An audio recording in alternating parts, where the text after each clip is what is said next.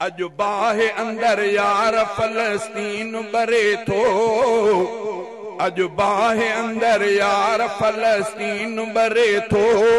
को मुल्क मगर कोन तंहिंजो ख्याल करे थो, को मुल्क मगर कोन तंहिंजो ख्याल करे थो। अज बाहे अंदर यार फलस्तीन बरे थो, को मुल्क मगर कोन तंहिंजो ख्याल करे थो। दे साथ पाकिस्तान फलस्तीन जो हाणे, दे साथ पाकिस्तान फलस्तीन जो हाणे। मौलाना हुकूमत ते इहो ज़ोर भरे थो, को मुल्क मगर कोन तंहिंजो ख्याल करे थो, को मुल्क मगर कोन तंहिंजो ख्याल करे थो। अज बाहे अंदर यार फलस्तीन बरे थो, को मुल्क मगर कोन तंहिंजो ख्याल करे थो।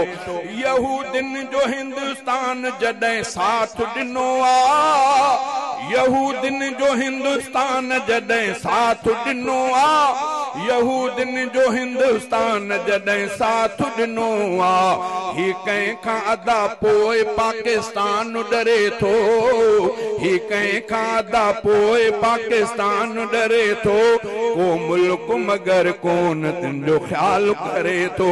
अज बाहे अंदर यार फलस्तीन बरे थो, को मुल्क मगर कोन तुंहिंजो ख्याल करे थो।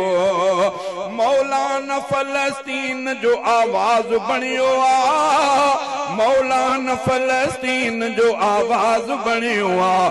सालार ऐं सुल्तान न को ध्यान धरे थो, सालार ऐं सुल्तान न को ध्यान धरे थो। को मुल्क मगर कोन तुंहिंजो ख्याल करे थो। अज बाहे अंदर यार फलस्तीन बरे थो, को मुल्क मगर कोन तुंहिंजो ख्याल करे थो। यहूदिन ते मुजाहिद जॾहिं वार करनि था, ज़ुल्फ़कार असांजो आ। यहूदिन ते मुजाहिद जॾहिं वार करनि था, यहूदिन ते मुजाहिद जॾहिं वार करनि था। ज़ुल्फ़कार असांजो पोइ अदा हियां ठरे थो। असांजी उन्हनि सां ॿी निस्बत कोन्हे, कलमे वारी निस्बत आहे। छो उन्हनि ऐं असांजो कलमो हिकु, नबी हिकु, क़ुरान हिकु। अलाह जे रसूल फरमायो त मोमिन पाण में हिकु जिस्म वांगुरु आहिनि। कंहिं बि मोमिन खे काथे तकलीफ़ पहुचंदी, जे जिस्म में कंहिं जाइ ते कंडो लॻो त पूरो जिस्म परेशान।